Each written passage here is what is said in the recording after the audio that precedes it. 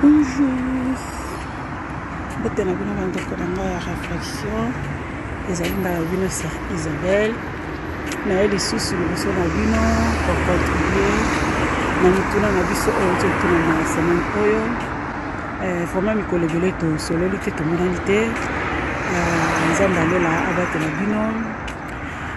Napesi bambote na ngai d'abord epai ya bakambi na biso Papa Lumière, mbote na yo ebele, mama na biso Rebecca, mbote na yo na babone nyonso oyo balandaka biso, mbote na bino ya ebele euti epai ya ngai ndeko na bino Sœur Isabelle.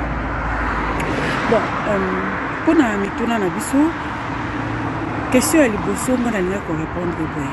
Effectivement, maman, papa ezalaka nango kitoko te kobomba soki camarade ya mobali na yo azolenga yo.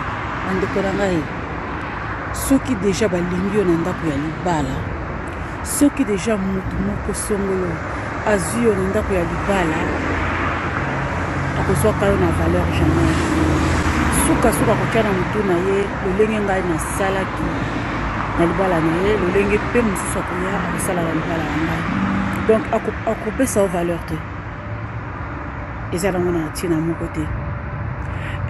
Effectivement, koloba ou bien kobeta lisolo ezali très important. Omoni kozala na vérité na couple esalaka bien. Esalaka bien tolobaka ke couple donc kovivre ensemble na motu esengaka maturité na l'amour. Soki olingaka motu na effectivement kofunda oyo ezoyelanga, mais soki ofundi te c'est que ça d'accord na yango. Donc question à mibale ezali ke soki ozali na jeûne et prière, est-ce que okoki kosangana na conjoint na yo bena conjointe na yo? Esimba te kosangisa esimbaka te. Chaque chose à son temps. Donc le deux à la fois epesaka bien te. Eloko nini ekoki kosala na baye oyo bazali pasi ya mabala ou mibali ya mabala ou baye bazali na bakouple ezali le plus important bandeko dialogue esalaka bien. Et puis soki couple bozali na kondima moko ezali susu malamu koleka, parce que d'une manière et d'une autre mobali na yo ou bien mwasi na yo akoyeba ke moninga na ngai azali na ta ya mabondeli, on peut dire comme ça. Mais soki sikoyo bosololaka te ou bien soki bozali na bareligion différente, là vraiment c'est très très difficile.